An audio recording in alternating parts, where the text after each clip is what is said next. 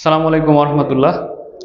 দেখো, আজকে আমরা রাজশাহী বোর্ডে আসা এসকিউ শর্ট কোশ্চেন নিয়ে কথাবার্তা বলবো। তো রাজশাহী বোর্ডে মোট তোমরা জানো যে সব বোর্ডে 15টা শর্ট কোশ্চেন আসে, সেখান থেকে 10টা দিতে হয়।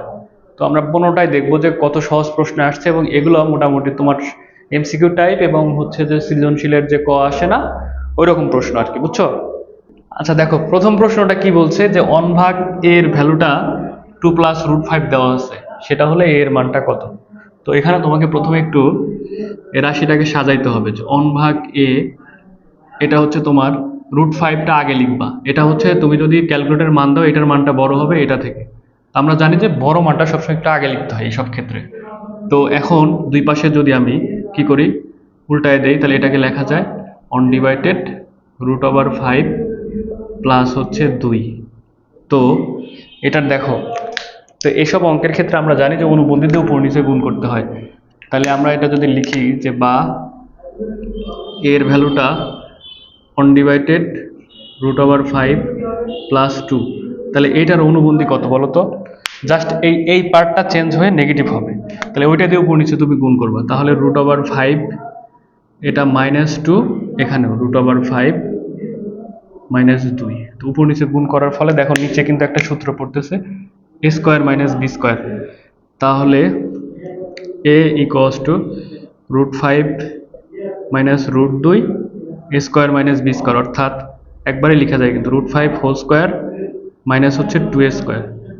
তাহলে উপরে হিসাব করলে √5 -√2, এইদিকে দেখো a² - b² সূত্র হিসাব করলে 5 থেকে তোমার 4 বাদ দিতে হবে।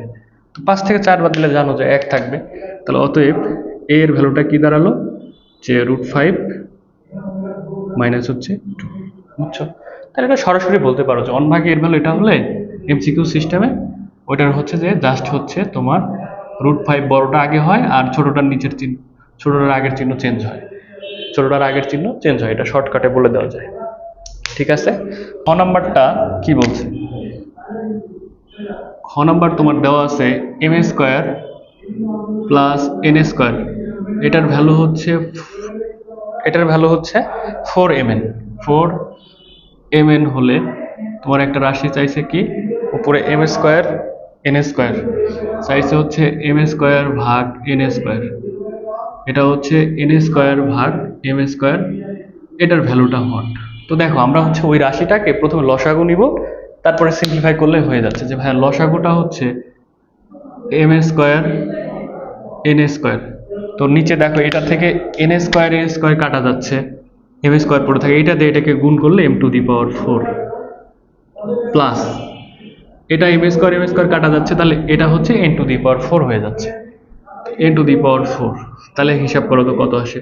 ওটাকে সুন্দর করে m² তার উপর স্কোয়ার লেখা যায়, এটাকেও তাই n² তার উপর স্কোয়ার, তাহলে 4 হয়ে গেল। নিচে যা আছে তাই, এটা কাটাকাটি করবো লাস্টে যে। আচ্ছা খেয়াল করো, তাহলে উপরে a² + b² সূত্র তোমরা কিন্তু জানো যে a + b whole square -2ab। কেন a + b নিব? কারণ এই যে এখানে দেওয়া আছে এই জন্য। তাহলে a হচ্ছে এটা প্লাস এত হোল স্কোয়ার -2 * a * b, আর নিচে যা ছিল তাই। নিচে কি ছিল? m² * n², বুঝছো? তাহলে এটার ভ্যালুটা কিন্তু 4mn দেওয়া ছিল, তাই না? 4mn, তাহলে 4mnটা বসায় দাও। 4mn হোল স্কোয়ার মাইনাস হচ্ছে তোমার 2m² n² divided m² n²। তো একটু হিসাব করি দেখি কত আসে। তো এটা হিসাব করলে উপরে 16mn², 16 দেখো 4 4 16 m² n² m² minus 2m² n² divided by কত?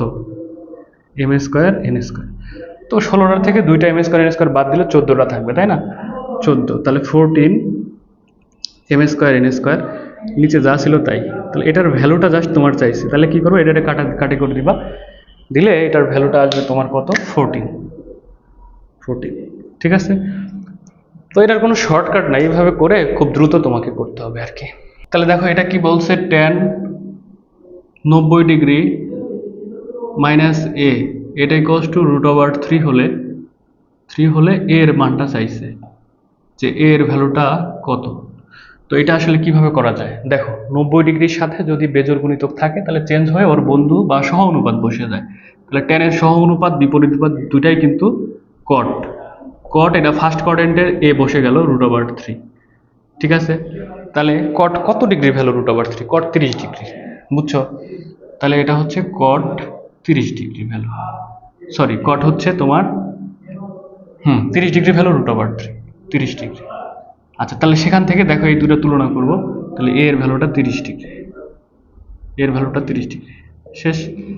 কটের এই ভ্যালুটা যাদের মুখস্থ নাই তারা কি করবে, টেনে নিয়ে যাবা যে ভাইয়া হচ্ছে যে আমি এটা টেন যদি নেই তাহলে কটের বিপরীত হচ্ছে টেন, টেন এ। তাহলে এটাকে চেঞ্জ করব, চেঞ্জ করলে নিচে নিচে চলে যাচ্ছে √3টা। তাহলে এটাও হচ্ছে টেন 30 ডিগ্রির ভ্যালু। তুমি যেভাবেই করো এর ভ্যালুটা কত আসবে বলো তো? 30 ডিগ্রি আসবে আর কি, এর ভ্যালুটা 30 ডিগ্রি। আচ্ছা, তো দেখো আমরা হচ্ছে এটা কিভাবে করব এটা।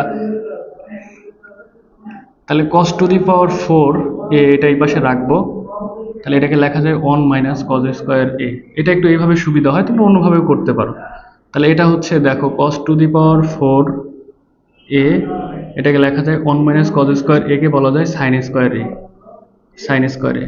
তো তাদের রিকোয়ারমেন্ট হচ্ছে তোমার কটে নিয়ে যাওয়া। তাহলে কটে নিয়ে যাওয়ার জন্য ধরো এখান থেকে আমি কিন্তু এই যে সাইন টু দি পাওয়ার 4 এ দেওয়া ভাগ করলে একটা চলে আসতেছে, বুঝছো?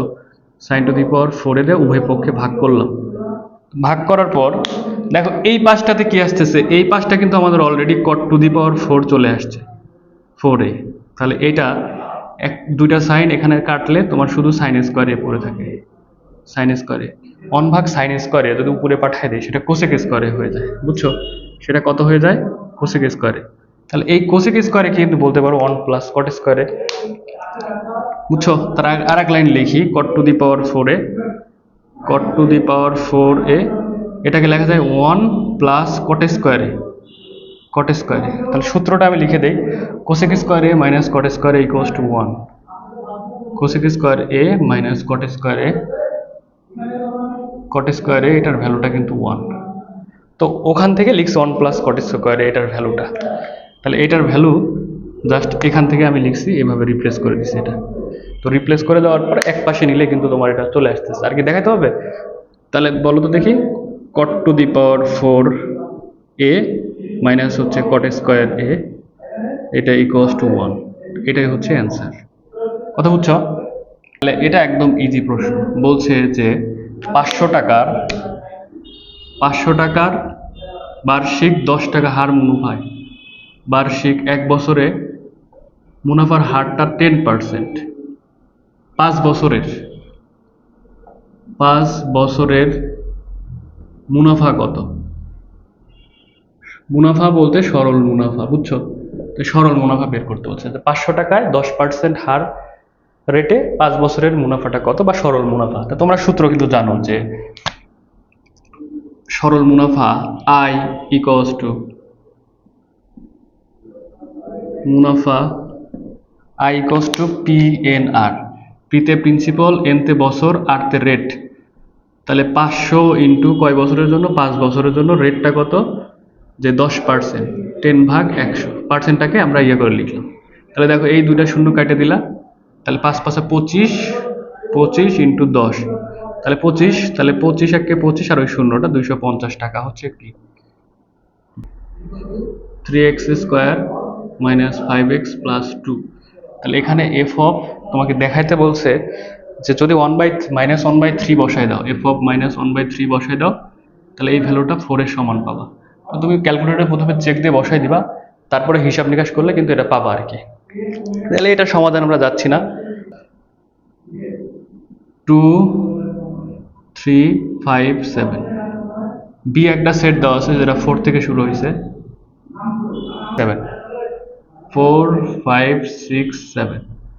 তাহলে একটা পাওয়ার সেট নির্ণয় করতে বলছে এ সেট বি এর, বুঝছো? তাহলে এটার পাওয়ার সেট বের করতে বলছে এ সেট বি। তাহলে তুমি কি করবা, এখানে বের করবা power of second bracket A set B, একবারে করবো কিন্তু আমরা। এটার সাথে এটার সেট বের করলে আলাদা আলাদা তোমরা করছো দেখি। তাহলে কমন উপাদান ভাইয়া, যে কমনটা কি কি আছে দেখি তো। এখানে 5 আছে, এই জায়গায় 5, এখানে 7, এখানে 7, এই 4-এর সাথে এখানে কোনো 4 নাই, 6-এর সাথে এখানে কোনো 6 নাই, তাহলে 5 আর 7 পড়ে থাকতেছে 5,7, 5,7। তাহলে এটার পাওয়ার সেট নির্ণয় কিন্তু সকলেই জানো, 5 7 5 7 ফাঁকা সেট, শেষ। খেয়াল করো কি বলছে, বলছে একটা বৃত্তের ব্যাস দেওয়া আছে 13 সেন্টিমিটার, সরি ব্যাসার্ধ 26 সেন্টিমিটার। একটা বৃত্তের ব্যাসার্ধ দেওয়া আছে 26 সেন্টিমিটার, বোঝার চেষ্টা করো, এইটুকু হচ্ছে 26। তো বলছে যে এই কেন্দ্র থেকে 5 সেন্টিমিটার দূরে একটা জ্যা আছে, ওইটার দৈর্ঘ্যটা বের করতে বলছে। কেন্দ্র থেকে 5 সেন্টিমিটার দূরে একটা জ্যা আছে 5 সেন্টিমিটার, সেই জ্যায়ের লেন্থটা তোমাকে বের করতে বলছে, এইটা। তো খেয়াল করো, এইটুকু যদি 26 হয় তাহলে ওইটার অর্ধেক কত, 13, তাই না? ব্যাসের অর্ধেকই তো ভাইয়া ব্যাসার্ধ 13। আচ্ছা, এটা যদি 13 হয়, এখান থেকে এটাও কিন্তু তোমার কি হবে বলো তো, সরি দেখো কোন দিকটা, এই যে এটার সাথে পরিধূর্ব একটা বিন্দু নিব, এটাও কত হবে, এটাও হচ্ছে এই 13ই হবে, কারণ কি এটাও ব্যাসার্ধ, এটা 13 পাইছো, এটা হচ্ছে 5 সেন্টিমিটার দূরে অবস্থিত। পিথাগোরাস অ্যাপ্লাই করলে তুমি কিন্তু জানো এটা 12 হবে, বুঝছো? এটা কত হবে, এইটুক হচ্ছে 12 হবে। তাহলে এইটুক যদি 12 হয়, এটাকে 2 দিয়ে গুণ করলেই তো তুমি ডাবল পাচ্ছ, টোটালটা কত পাচ্ছ, 12 × 24 সেন্টিমিটার। ঠিক আছে, তো যাই হোক, এটা কিন্তু আমি নাম দিলাম যে এটা হচ্ছে ও কেন্দ্র, এটা এ বি হচ্ছে তোমার ব্যাস, আর সিডিটা হচ্ছে জ্যা, আর এখানে এফ নিলাম হচ্ছে একটা বিন্দু, মধ্যবিন্দু। তাহলে সেখান থেকে আমি কিন্তু ওই সিএফ এর মানটা পিথাগোরাস অ্যাপ্লাই করে আমি বের করতে পারলাম যে 13 স্কোয়ার মাইনাস হচ্ছে এই 5 স্কোয়ার, এর উপর রুট করলে তোমার কত হবে, একবার সরাসরি 12 চলে আসবে। তাহলে সিএফটা ইকুয়ালস টু যে সিএফ ইকুয়ালস টু 12 পাইছো, তাহলে সিডি কত হবে, সিডিটা 2 ইন্টু সিএফ, এইভাবে তোমরা লিখবা পরীক্ষাতে, 2 ইন্টু 12, তাহলে 24 সেন্টিমিটার আসলো কি বলতো, ওই জ্যাটার লেন্থ বা দৈর্ঘ্য আর কি। ওকে, তাহলে বাহুটা, একটা সমবাহু ত্রিভুজের বাহু দেওয়া আছে 4.5 সেন্টিমিটার। ঠিক আছে, তাহলে সমবাহু ত্রিভুজের ভাইয়া সব বাহু সমান, তো এই ত্রিভুজটা কিভাবে আঁকাবা, যে কোনো একটা রশ্মি নিলা বি ই, সেখান থেকে 4.5 সেন্টিমিটার কেটে নিলা সি, তাহলে এটা হচ্ছে 4.5 সেন্টিমিটার। এখন কথা হলো যে সবার কোণই তো হচ্ছে তোমার 60 ডিগ্রি, তো 60 ডিগ্রি এক পাশে 60 এ পাশে 60 আঁকালে ওখানে অটোমেটিক তোমার মিলে যাবে। অথবা যে 4.5 সেন্টিমিটার হচ্ছে আমাদের বাহুটা, 4.5 সেন্টিমিটার, এ পাশ থেকে 4.5 কাটবা, এ পাশ থেকে 4.5 কাটবা, এটাই হচ্ছে আমার কি বলতো, ওই সমবাহু ত্রিভুজটা, যেটার প্রত্যেকটা বাহু কি ইকুয়াল। তাই দুইভাবে তোমরা চাইলে আঁকাতে পারবে, এখানে 60 ডিগ্রি 60 ডিগ্রি আঁকালে একদম এক্সাক্ট পয়েন্টে সেট করে যাবে। তো এটাও হচ্ছে আমাদের বৃত্ত থেকে আসছে, যে তোমার একটা বৃত্তের অন্তর্লিখিত একটা চতুর্ভুজ দেয়া আছে, যেটার কেন্দ্র হচ্ছে ও, সেটার কেন্দ্র হচ্ছে তোমার ও। তাহলে চতুর্ভুজটা ধরো আমরা আঁকালাম যে এটা হচ্ছে আমাদের চতুর্ভুজ, সেটা পি কিউ আর এস চতুর্ভুজ, যেটার সেন্টারটা হচ্ছে ও, যেটার কেন্দ্রটা হচ্ছে ও।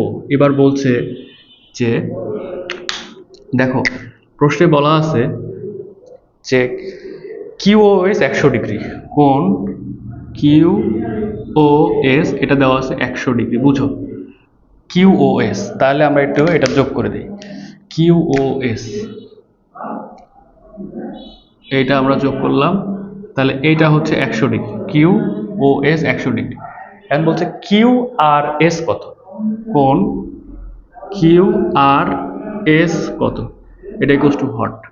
তো দেখো এই কিউ এস যদি চাপটা বিবেচনা করি আমরা, এই চাপটা, এই যে লাল চাপটা, এই চাপটা যদি আমরা বিবেচনা করি, তাহলে এই চাপের সাথে কোন কোনটা হবে জানো, এই চাপ যেদিকে আছে ওইদিকেই কোণ হবে। তাহলে এটা দেখো, এই যে চাপের সাথে কোণ এদিকে হলো, এটাও চাপের সাথে কোণ। তো ওইখান থেকে তুমি কি বলতে পারো যে কেন্দ্রস্থ কোণটা বৃত্তস্থ কোণের ডাবল। তাহলে তুমি কি বলতে পারতেছো যে এখান থেকে যে শর্ত মতে বা আমরা জানি তোমার উপপাদ্য থেকে যে কিউ আর এসটা, অর্থাৎ এই যে কেন্দ্রের সাথে যে কোণ কিউ ও এস, এটা ডাবল কার, বৃত্তের সাথে যে কোণ তার, অর্থাৎ কিউ আর এস এর কোণ কিউ আর এস। তো দেখো এখন এটার ভ্যালু দেওয়া আছে কত ডিগ্রি, 100 ডিগ্রি। 100 ডিগ্রি বসাই দিলা, 2 ইন্টু এটার ভ্যালুটা চাইছে কিউ আর এস। তো এখান থেকে তুমি চাইলে কিউ আর এস এর ভ্যালুটা কত পাবো বলো তো? 2 দিয়ে ভাগ দিলে 50 ডিগ্রি আসবে। অর্থাৎ কোণ Q R S equals to 100 degree ভাগ 2, অর্থাৎ 50 ডিগ্রি আসবে হচ্ছে ওইটার ভ্যালু। এটা একটা এমসিকিউ, বুঝছো? সেটা হচ্ছে আমাদের শর্ট কোশ্চেনে দিয়ে দিছে। দেখো ট ট নাম্বার মিসিং গেল বোধহয়। তাহলে ঠ দেখো কি বলছে, যে এটা কি বলছে, যে একটা ত্রিভুজের দুইটা বাহু দেওয়া আছে এবং বাহু সংলগ্ন একটা কোণ দেওয়া আছে, বুঝো? তাহলে বাহুটা কত? একটা 26 আর একটা তোমার 18। এটা ধরো 26 সেন্টিমিটার, একটা 18 সেন্টিমিটার দেওয়া আছে, এর মধ্যবর্তী একটা কোণ দেওয়া আছে, সেটা হচ্ছে তোমার 45 ডিগ্রি। এটা 45 ডিগ্রি। বলছে এই ত্রিভুজের ক্ষেত্রফল, আমরা নাম দিলাম ত্রিভুজটা হচ্ছে এ বি সি। তাহলে ত্রিভুজ ক্ষেত্রফল এ বি সি, এটা বের করার সিস্টেম হাফ ইন্টু যে দুইটা বাহু সেই দুইটার গুণফল এবং তাদের মধ্যবর্তী কোণ, অর্থাৎ 26 ইন্টু 12 ইন্টু সাইন 45। সাইন 45 ডিগ্রির ভ্যালু হচ্ছে 1/√2, বুঝছো? সেখান থেকে হিসাব করলে এত বর্গ সেন্টিমিটার, এত সেন্টিমিটার স্কোয়ার হচ্ছে এটার অ্যান্সার হবে। তো আশা করি ওটা ক্যালকুলেটর দিয়ে তোমরা হচ্ছে বের করতে পারবা।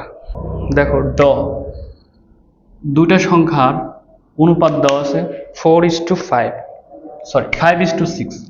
তাহলে দুইটা সংখ্যার অনুপাত, একটা 5 আর একটা 6। তাহলে ধরি সংখ্যাটা, এটা তোমাদের সবার মুখস্থ, একটা 5x আর একটা 6x।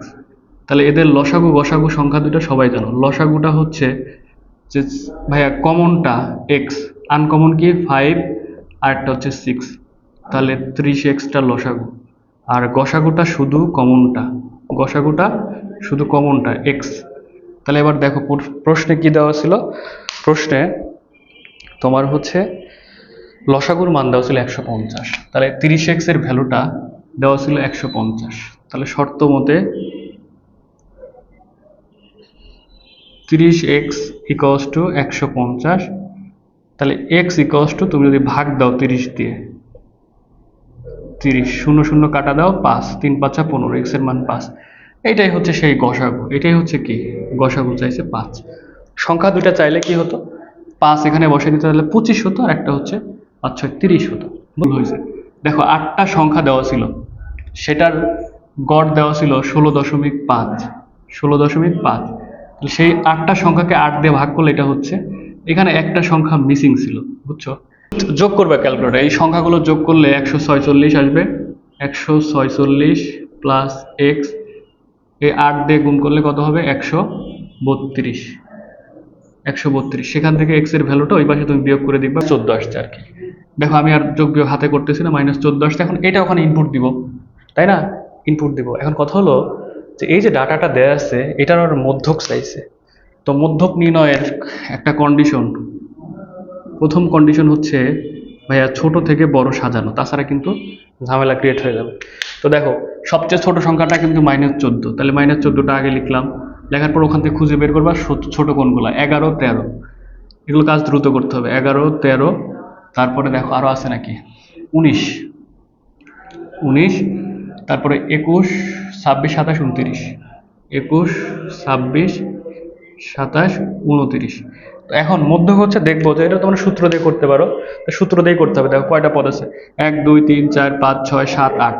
তাহলে জোর থাকলে কি হয়, যে তুমি হচ্ছে এই দুইটা বাদ দিয়ে দিবা, এই পাশের 3টা এই পাশের 3টা, ঠিক আছে?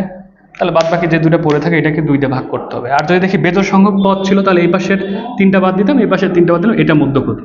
তাহলে মধ্যক কত হবে বলো তো?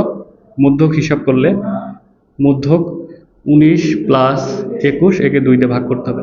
তাহলে 40 ভাগ 2 20 হচ্ছে মধ্যক। সূত্র দিয়ে করলে কি হতো বলতো, যে n/2 তম পদ প্লাস n/2 প্লাস অনতম পদ, এই দুইটার পদ যোগফল ভাগ 2। তাহলে n/2 কত হলো বলতো? 8 ভাগ 2 4তম পদ, তাহলে এটা 4তম পদ, 4th পদ। 4 যোগ 1তম পদ, তাহলে এটা কত? তারপরেরটা 5th। তাহলে এই দুটার পদের যোগফল ভাগ 2 করলে এই 20 আসবে আর কি, বুঝছো? তাহলে সূত্র দিয়েও তোমরা চাইলে করতে পারো, এই হচ্ছে বিষয়। আর বেজোড় সংখ্যক পদ হলে কোনো প্যারা নাই, উপরের এই পাশের কয়েকটা বাদ দিব, ওই পাশের সেম কয়েকটা বাদ দিব, মাঝখানে একটাই পড়ে থাকবে। লাস্ট এবং ফাইনাল যে একটা বর্গের বাহুর দৈর্ঘ্য, একটা বর্গের যেটা বাহু হবে এই বর্গটা, এটার বাহুর দৈর্ঘ্য ধরে নিলাম হচ্ছে এ। আচ্ছা, একটা সমবাহু ত্রিভুজের সেটার বাহুর দৈর্ঘ্য ধরে নিলাম হচ্ছে এক্স।